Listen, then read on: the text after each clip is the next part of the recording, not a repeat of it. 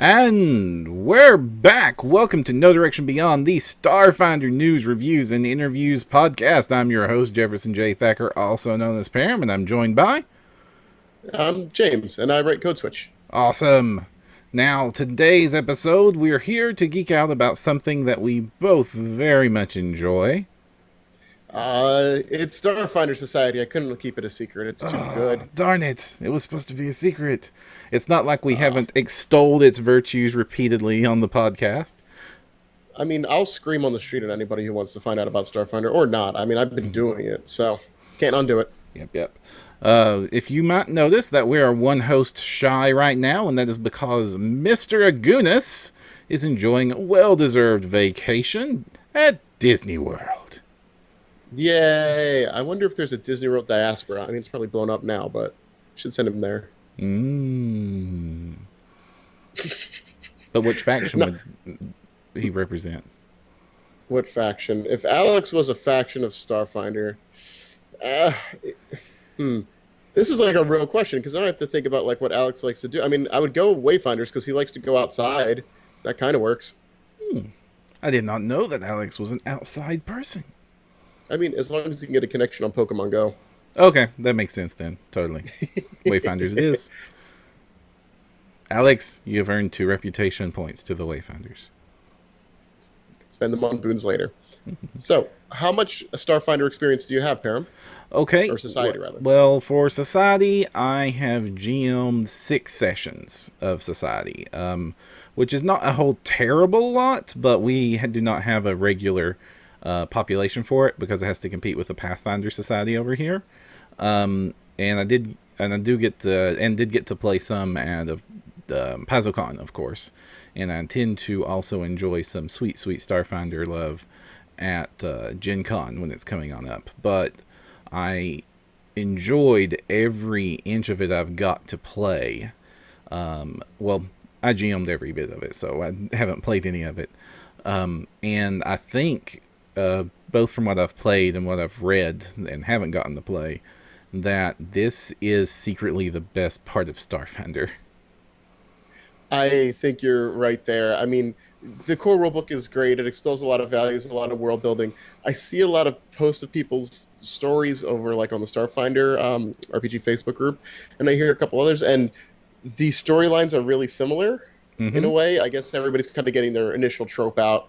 But Starfinder Society has hit a bunch of really good notes, and the tone is something that I think has been missing from at least my Pathfinder organized play life. So I think it strikes a good note. Yeah, and I think that is important. There is a very distinct, different feel for the Starfinder Society and how those adventures are structured and played out than there is for Pathfinder Society. Where the Starfinder Society, you feel like you're a respected organization out there to do things, and you have a sense of power and somebody backing you up.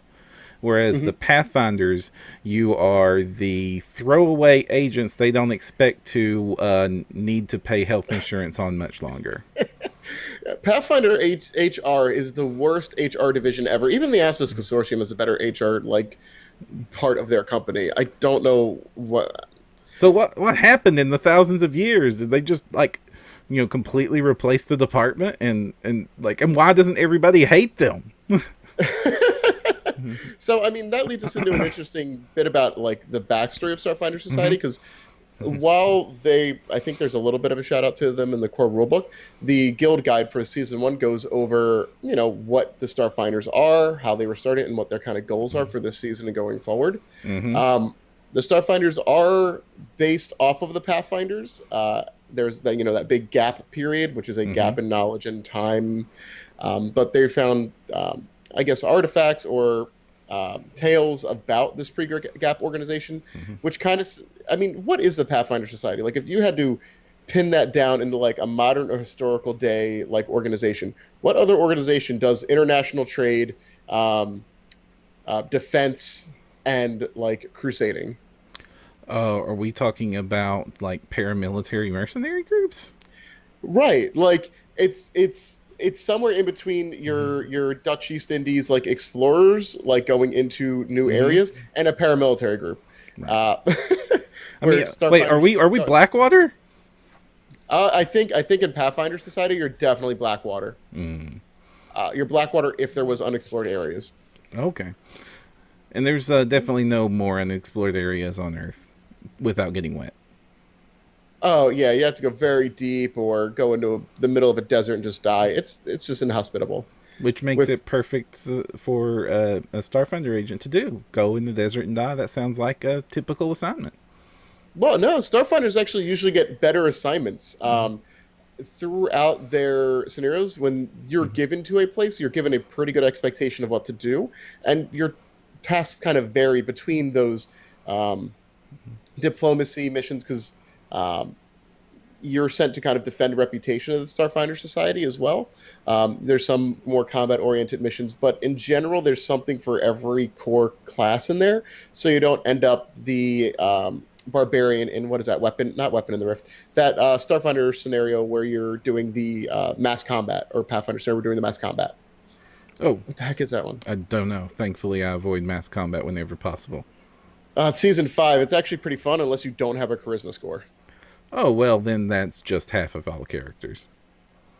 Yep, yep. But the Starfinder Society sidesteps that. I know it's one that if your GM's really good, at least they can kind of make it something. But it's one of those scenarios that's hit and miss. But with the Starfinder Society, their scenarios generally everybody can get a shot. Mm-hmm. They're they're a little more forgiving in some ways, but they're a little stricter in others. Mm-hmm. Have you found that out, like with secondary success conditions in your GM experience? Yeah, it does seem like it seems to be not a lot of it is like if they do this or something else that reasonably accomplishes the same goal, and there's some flexibility, and for a lot of there's a lot less fail conditions than there are. Well, these are the various different ways this could have happened. Encourage creativity, and uh, there's a lot of table variance in a Starfinder Society scenario. But they're very, I think it does presents the system very well, even though there is a lot of system variance or sorry, table variance because of GMs, because it plays to the strengths of the the concept fantasy of Starfinder, where because of its episodic nature, it really like drives home that 90s sci-fi space opera TV show feel.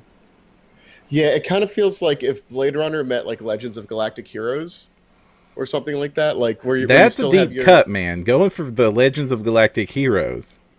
well, it's only I mean the only reason I even know about it is it's getting remade on Crunchyroll, like it's getting a new remake. So, Mm-hmm. but it kind of has that feel of you have your grand moments and then you have your more granular moments where you're not out trying to save the galaxy, which you haven't started to really do in Starfinder Society, where in every Mm-hmm. Pathfinder Society season it seems like you're always trying to do that. Well, let's talk about Uh, why you're not doing that and why all of a sudden the Starfinder Society is made up of a billion level ones.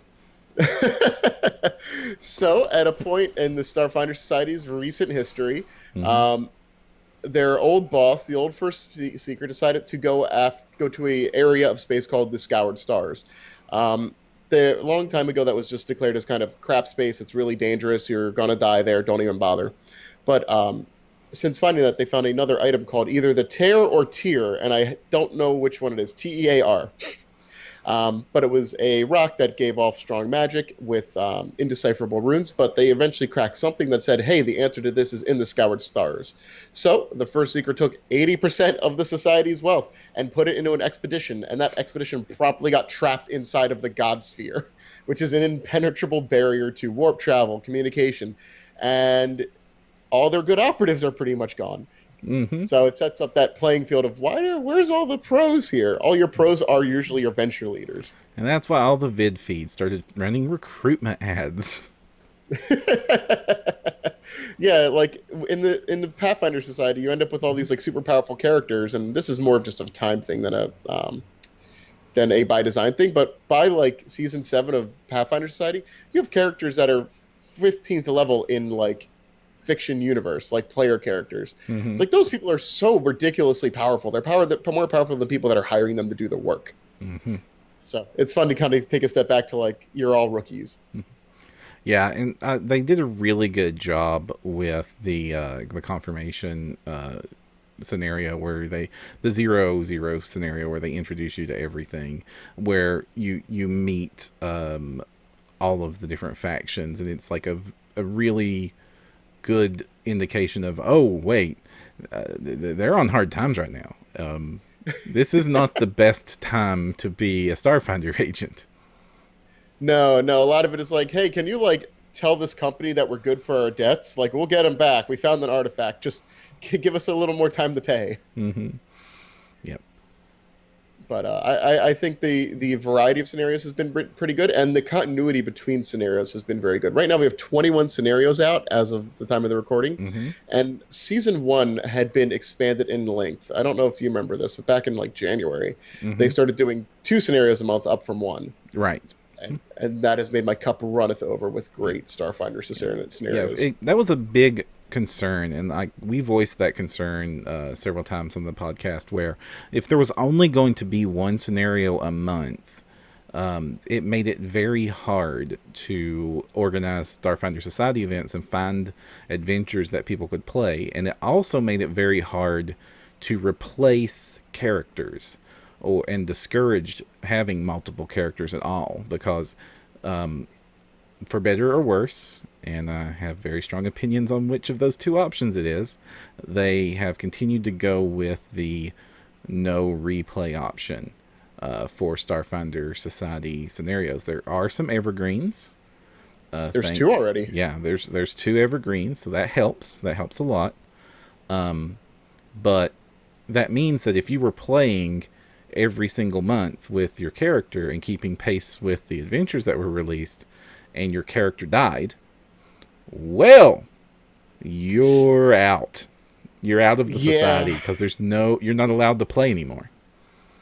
Yeah, and the wealth buildup, especially over the first couple levels, is just it's kind of in line with the core rulebook. It's just kind of slow because it's like the cost Mm-hmm. of a raised dead in Starfinder is like 5,000 credits, Mm-hmm. which if you saved every penny, you'd accumulate by like third or fourth level. Similar to Pathfinder almost. There is Mm-hmm. a boon on one of the sheets that helps lower that a little bit if I remember correctly, but it is a little damaging. And you think that Starfinder characters must be more resilient, and you'd think so by reading Starfinder book. But I think I've killed a PC every single thing I've GM'd except for the one we did on Friday. No, I echo that sentiment entirely. In our lodge, the last 2 or 3 games are the only ones that haven't ended with not with like 5 out of the 6 people on the ground praying for death. Usually, we've always won it just by outlasting stuff, and the game really, really punishes you for not having consistent damage. Also, it kind of depends on how your GM runs things. Yeah, those big monsters can attack twice at a -4. Maybe if you're GMing, be cool and like have them attack once. They're dumb monsters. Maybe have them move into a better position, or if they're smart monsters. There's a little bit of mirth involved. Same thing with the adventure path, kind of. You can bum rush it, but you might want to discretion. Yeah, and one of the things GMs need to realize is with Starfinder, the balance is not the same D20 balance they're used to dealing with. It's very, very tight. The numbers are very deliberate. And you might be playing with players that are used to a different style of gaming. And whereas in other fantasy D20 games that we don't want to mention too much on the Starfinder podcast, you can have a level variance of like 4 or 5 even, and that's bad, but technically still possible. Like they recommend the bosses in some other games be CR plus 4. A CR Yeah. plus 4 encounter in Starfinder will flat wipe everybody. There is no chance to kill it. It will completely destroy your party. Yeah, especially if it's a creature that has special abilities or is large, because that static damage from things like melee is just it's hard to overcome, almost impossible. Mm-hmm. Most of your like hard fights are CR plus 2, and your starship combats are at CR usually. Yeah, and you really, really do not want to mess with the math on that. The 2 hits and the scaling and the damage just quickly gets out of hand. And because the math is so tight, there's no like you could even if you tried to screw up a Starfinder character, even if you intentionally tried to make the iconic Solarian. You would Hmm. have a very hard time being that much less effective than a perfectly optimized Starfinder character, because the math variance is only like a difference between +4 in your dice rolls. Yeah, yeah. So it's you still want your character to be usable. Don't go out picking Sky Jockey if you don't plan to pilot. But um, yeah, it makes it just a lot more difficult. It makes you need to keep track of your resources. And there's a bit in the rulebook about taking those 10 minutes, spending stamina to rest. That becomes a big issue in Starfinder Society, where they start to tell GMs that's not a given, which is a good thing, but it makes you think a lot harder. I don't know if you've had that issue so far where you start to rest or your player starts to rest and you're like, just roll that initiative dice and just throw that resolve in the trash. Yeah, it becomes I don't know if very that's something you've had yet or not, but very hard. One second. It looks like your video's frozen. Let me so fix that. with the scenario, Okay. You've come back to us, if a little bit fuzzy, but your voice is here, so we're still cool.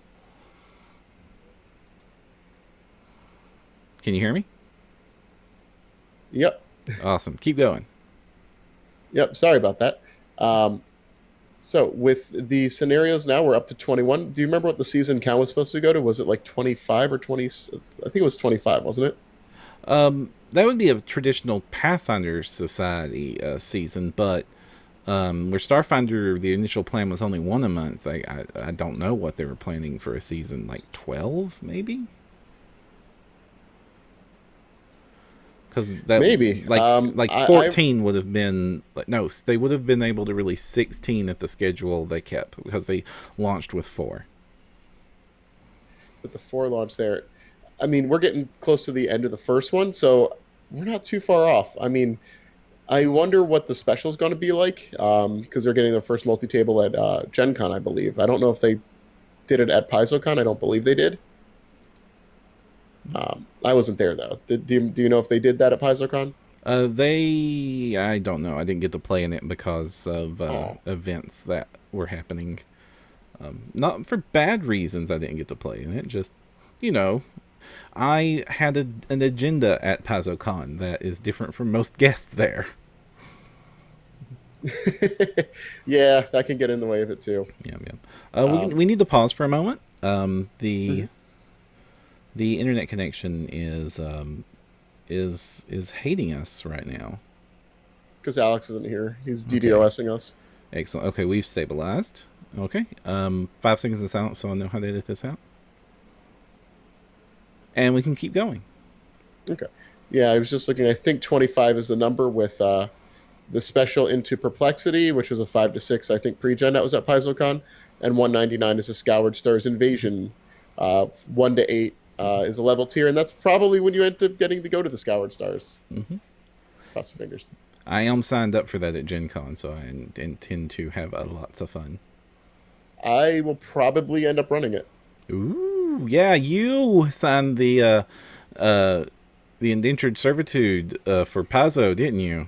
Yeah, I mean, I am glad that they give me such an opportunity to cover my room and board there, and Hmm. I did have fun GMing, Hmm. even though I didn't do it full time last time, but I had a fun time GMing, and I think I'll have a good time doing Starfinder GMing too. I had a lot of good tables. I don't Yeah. think I had one table where people weren't awesome. I'll be honest with you. I miss it. I miss doing like the huge marathon Gen Cons of Geoming. It actually is a ton of fun, especially just seeing the humongous variety of players that can pass across your table. Hmm. You have so much fun, but oh my gosh, man, running 3 scenarios in a row on the same day is rough. So yeah, I mean, so if you do see me and I am running your game, if it's after like 5 o'clock, just forgive me. Hmm.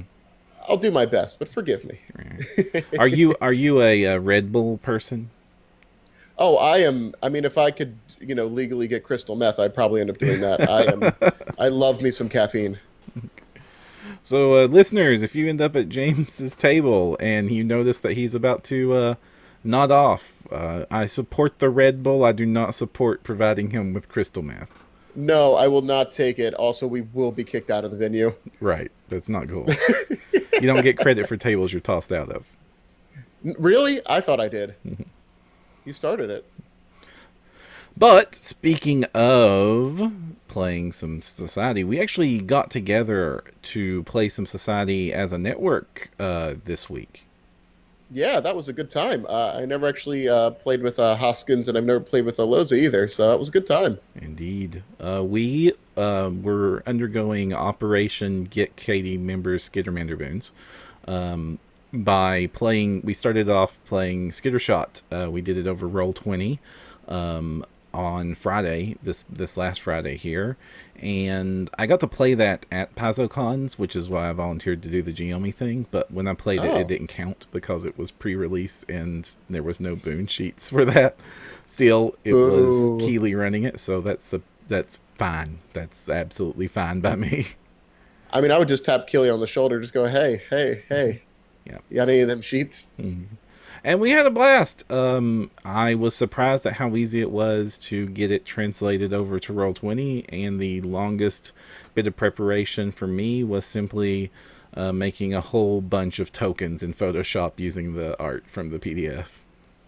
I mean, it's good art. I mean, I feel like that, like, uh, what did you think of the Weeby Goblin series from the last 3 years?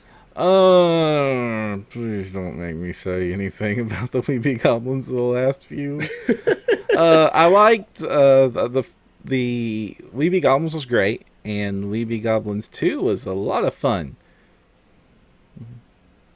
Yeah, I'm kind of at the same. I actually kind of have a less tolerance for goblin shenanigans, even though they can be fun to do. Mm-hmm. Skittershot did not feel that way, even though Skittermanders are kind of being painted as the happy goblins. Yeah, I refer to them as opposite goblins, but you all were the most helpful. You all were extremely helpful.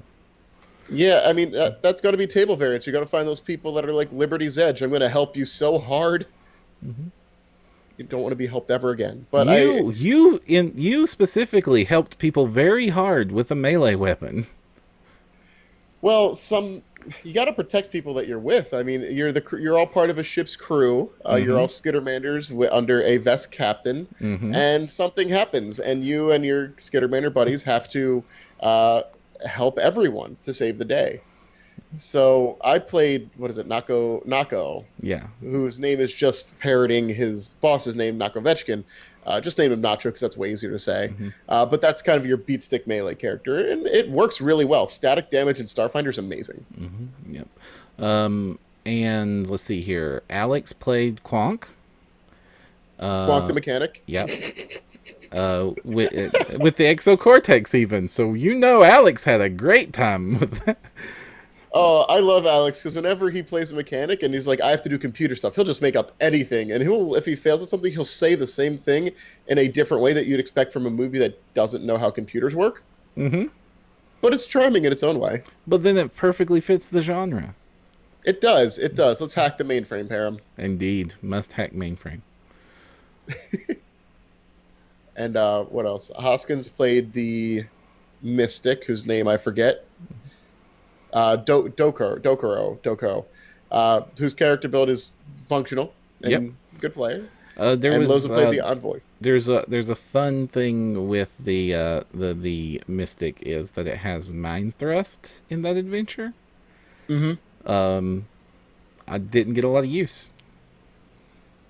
Why not? Mind Thrust is the best part of like your healer kit when you can shed those healer skins and you can just start taking skins yourself. Well, Like that spell is just Yeah, we're going to get into this with our next class feature because the Mystic is the only one we haven't done yet. And oh my gosh, the Mystic can be one of the best single target magic damage. Well, it can be some of the best single target damage if it's done right. I mean, it's kind of disgusting how high a Mystic can get the magic damage out. yeah for the like one that you would assume would be the more control-y guy. Mystic has just a lot of firepower and a lot of utility that the Technomancer is starting to get with new books. Mm-hmm. And then we had the Envoy, who Loza played Gavelrix, Gaza, and Gaz, yeah. Gaz. Mm-hmm. And the envoy in that scenario probably has a couple very important roles. Mm-hmm. Uh, but if you're somebody who like really is in the role playing and not so much into rolling the dice, that's your character Mm-hmm. for that Yep. scenario. But I think you did a good job running it. I had a good time.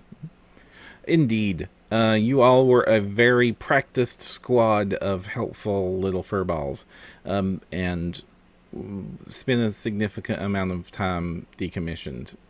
You all had not the best rolls. I do not believe that for the first half of the game, Alex rolled anything above a 5. Oh, sounds right. Yep. And you were the only one managing the land hits, and it became.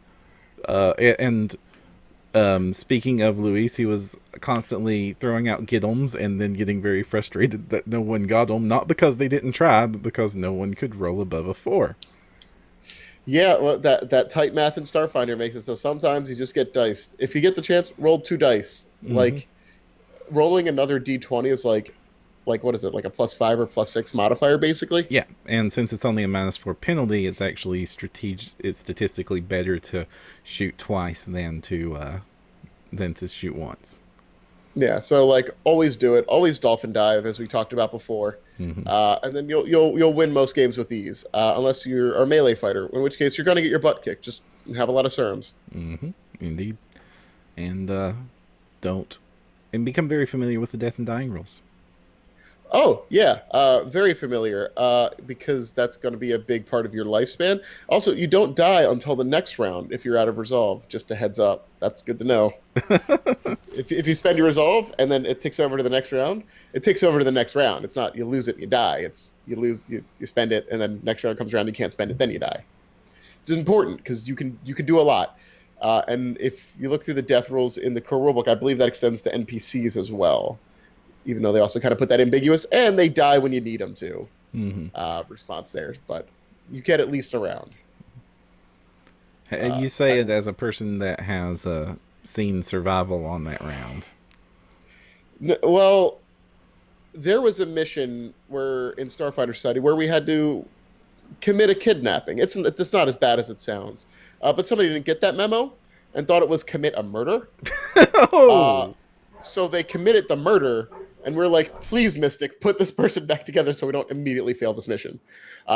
And the GM's like, I don't know, and I'll give you 3 minutes to look up the death and dying rules if you want to change my mind. Then we're just like, crap, bring out the rulebook. And it's like, he doesn't die on the next turn. I found it. So that's important.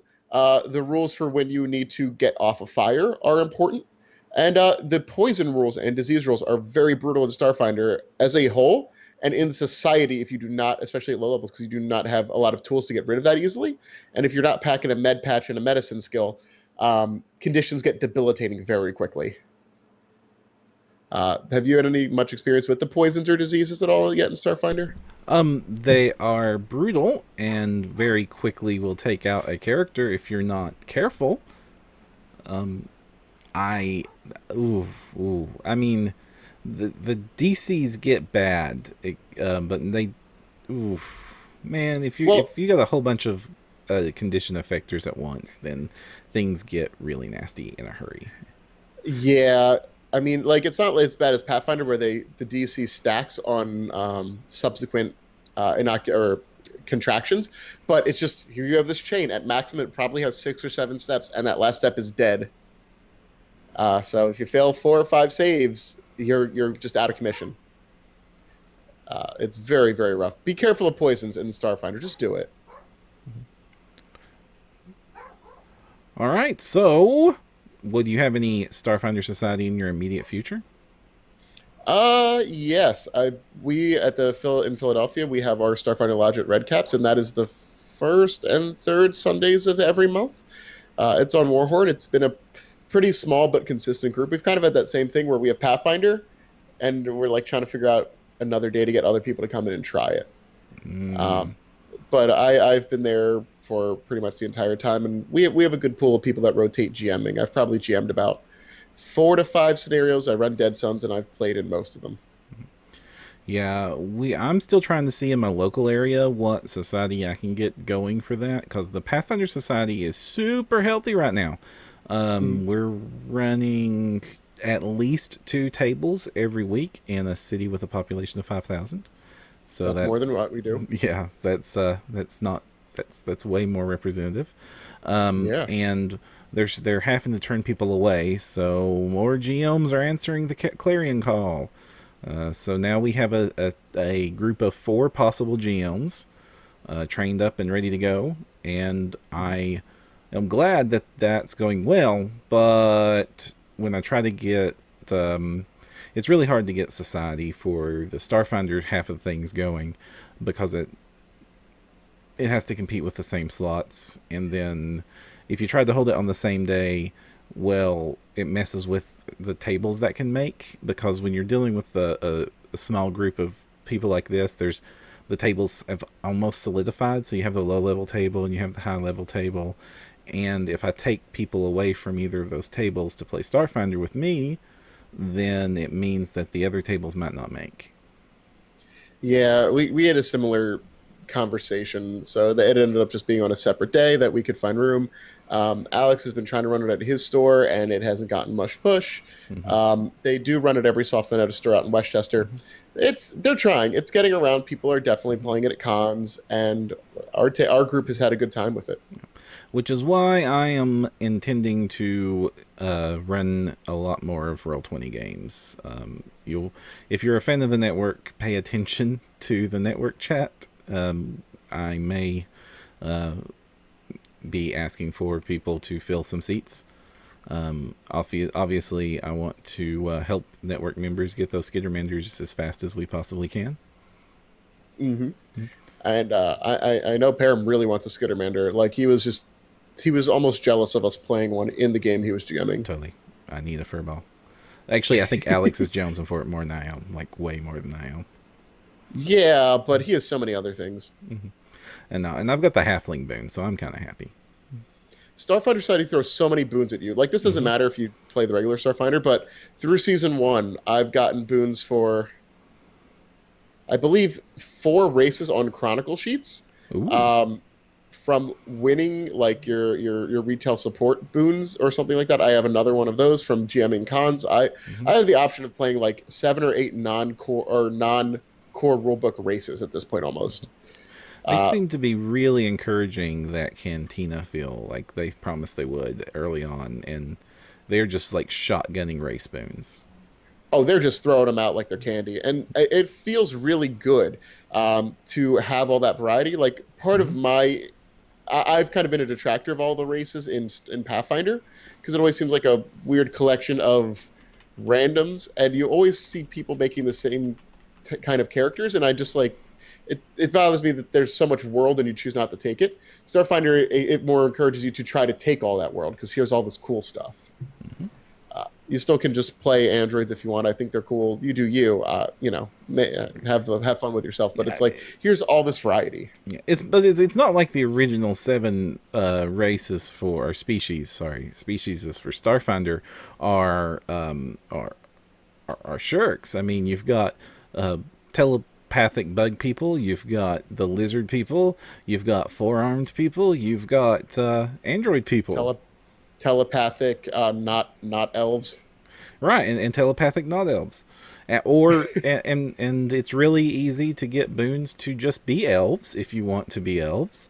So the core 7 aren't bad, and but you're right.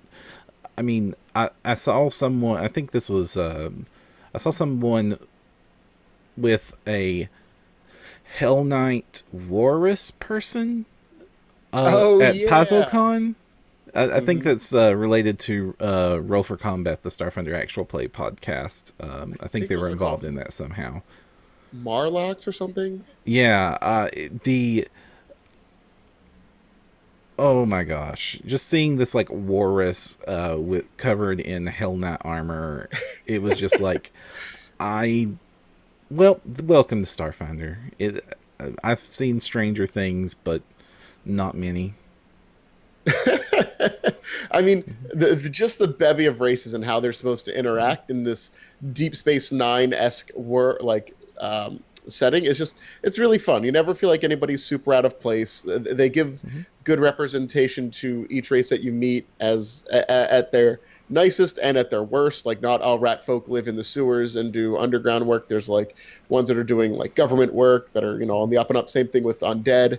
So they're doing a good job of giving overall representation. Yeah, the corporate undead freaked me out. You think it's too on the nose? Um, oh, I didn't even think about it from that angle. I mean, oh man, you're right. You're totally right. I Man, I mean, thought I've got to retire at 65. No, no, no, you keep going. You keep going. So, with your characters, what factions have you picked? I have one character that is Data Files, Hmm. and I have one character that is Exo Guardians. Okay, that's pretty good. Pretty good. Uh, in case you're not familiar with the factions in Starfinder Society, which you probably should be if you're listening to this, but if not, that's a-okay. Starfinder Society, like Pathfinder Society, has different subgroups within it Hmm. that have different goals for the season and different overall goals. Hmm. There are 5 factions, right? Five. I'm not crazy. Yeah, five. Hmm. The Acquisitives, who are knowledge seekers, they're trying to find information about the Scoured Stars, and their season goal is they believe organizations have held that information from the Starfinders, and they're trying to find them. Hmm. Uh, oh, sorry, that's the data files. I'm sorry. The Acquisitives are kind of like your Sovereign Court of before, where they want to just pump up the Starfinder Society and say, hey, we're not dead. We're going to do great. Exo Guardians are your people that go out in the space, and they're kind of your paramilitary part of it, but they've been doing a lot to make them not seem like really terrible NATO peacekeepers. Hmm. Uh, you have your Second Seekers, which are basically your Grand Lodge. They're like, hey, let's get all our people back. And Wayfinders are all about that first contact. So there's a pretty good variety from. I have Wayfinder, and I believe my climate scientist is a Second Seeker. I never intended to be an Exo Guardian, but Ziggy is just best. Yeah, the leader of the Exoguardians is a Sheeran who loves J-pop and is a real big softie. Hmm. Uh, But you don't so expect he, to be the leader of the military arm of the Starfinders. No, he's when you meet him the first time, he's just sitting at a park bench eating candy. He offers you some. and the leader of the Acquisitives, he was in a scenario very recently. I think this is the second time you're meeting him. The first time he's your really gruff vest captain. Hmm. This one he's very like, hey, it's cool that we get money and stuff, but if we don't use it for like altruism, like what's the point? And it's like this is a different thing than I expected from you, big lizard man, from First Impressions. Hmm. So it was cool to work with him. Oh yeah, the first impressions I got from him was he was going to be like the organized crime boss almost, Hmm. and because it's like one of our one of the missions he gives you in the intro is like one of our members has been running their mouth, but we would normally deal with that in quotation marks, but we can't afford the reputation hit, so make sure they can live up for the check their mouth wrote. Yeah, I'm glad that they've backed these off into like reasonable people. Mm-hmm. None of the adventure captains so far seem like out there. The only venture part of the whole Starfinder Society that is really out there is that big computer. What the heck is its name? Oh boy, Guidance. Mm-hmm. Guidance. Guidance is like their Zordon, except instead of Zordon, it's the captured memories of old First Seekers and really good Starfinders that form a type of techno collective. And you can't reason with it. It just does things and tells you to do things. It seems very weird. It's kind of, I think, kind of fills that role that the Triumvirate did, or the Decemvirate, sorry, the Decemvirate in Pathfinder Society, of this like faceless, like unreasonable boss. But so far they've played it pretty close to the chest. Well, and like Zordon, it's secretly evil. Was Zordon evil?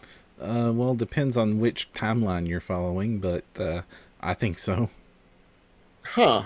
I've never given that any thought. I guess I mean I only understood it as a child, which was Green Ranger was best because his dinosaur was coolest. Hmm. Well, Green Ranger was still best. even uh, even when he lost his dinosaur. if you're looking to play Starfinder Society, there's a Starfinder Society organized play guide with all of your, neat, fun rules. There is some, I think, big differences between Starfinder and Pathfinder Society. The first one is Starfinder Society totally allows some leeway for evil acts. Yeah, because it has the infamy system where it expects that sometimes you're going to break the rules, and sometimes you just need to be a little bit rebellious and renegade. I mean, full on Mass Effect, pull the right trigger sometimes, and the adventures have got it planned out, and it tells the GM like if they do this, that's the infamy point. Yeah, in general, they're pretty spot on with every table that I've been at where people were kind of thinking like, oh, what is this? Like one of the conditions is if you jump over the counter and steal this lockbox from this unconscious man. Yeah, that I was like, why on earth would anybody think to rob the place? And that's one of my favorites because it's like it really. This is 102 that we're talking Mm-hmm. about, Mm-hmm. and those first few Starfinder Society modules are really great because they showcase how the Society of Interest is just going to basically be like, we're going to take a sci-fi 90s show and we're going to take that little subgenre and just group it up and you're going to play in it. So that was your space western, Mm-hmm. complete with minecart escapades. And then the next one is, okay, here is your Star Trek The Next Generation First Contact problem. You got to go deal with that, complete with moral quandaries. Oh boy, that one is That's fun. fun. That's my favorite. 103 is my favorite so far. And then you can just go straight up space horror with like 110, the Half Alive Streets. Oh yeah, or Crash from the Drift. Oh, and Cries from the Drift. And but 110 also has body horror, so that's great. Hmm. That's actually the only scenario I've never played or run. Mm. You could spoil. I'll probably end up having to run it, and I'll be fine with that. Well, I can't spoil too much. We're a podcast with thousands of Oh people yeah, that's listening to right. us. I Sorry, don't want to this is a very spoil it intimate all. conversation. I Yeah. had forgotten that there was an audience. But yeah, so they're pretty right on the nose with their infamy, which makes it so you're less able to purchase things between games. Mm-hmm. You can work to get that scrubbed off, but if some of them are right on the nose so much where you are become aware of the system as a way to punish you, just like you would expect laws to. Mm-hmm. Pathfinder, you're kind of just like, well, we're just going to do this because the game says we can, and the GM, I don't think will stop me. This game kind of goes, yeah, we know you want to punch this guy in the face, and you will do it if we let you. So here, by the way, the moral law codes of this world say infamy point. Mm-hmm. So they take away all that ambiguity. Also, you can craft in downtime in Mm-hmm. Starfinder Society. Crafting isn't a big benefit, but it has come up in a society where somebody's stuff got broken and you repair items you make in half the time. Mm-hmm. And there's also boons to reduce the cost of crafting, give you free crafting materials. So there's incentive to try that. And also, you can do your standard day job check for cash as well. Yeah, and that is why having the magic plastic crafting material is great. You should keep some of that on you at all times. Yeah, and because UPBs also count as kind of like trade goods. So Mm-hmm. theoretically, if you were in a society scenario and you needed to give a medium of exchange to people that don't have credits, UPBs might be accepted. Mm-hmm. Because you are given a fair amount of scenarios where you're just like, hey, go to this place that nobody really knows what's here. Mm-hmm. Uh, Now, and- oh, you had something? no, go ahead. All right, that about wraps things up for our Starfinder Society discussion. We love the Society. Expect to hear more about our Society experiences in future episodes, and of course, our experiences at Gen Con. Before we go, we have a little bit of news.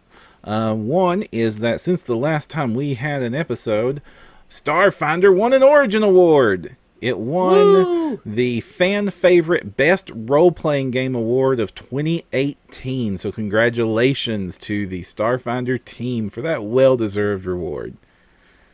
Yeah, they earned it. Mm-hmm.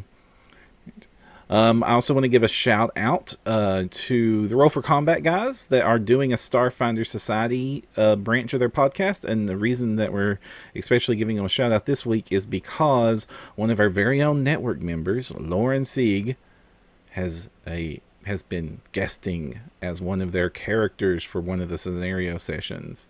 So if you want to listen to Lauren from No Direction Adventurous play a rather infamous Yosoki, go check that out over at the Roll for Combat guys pages.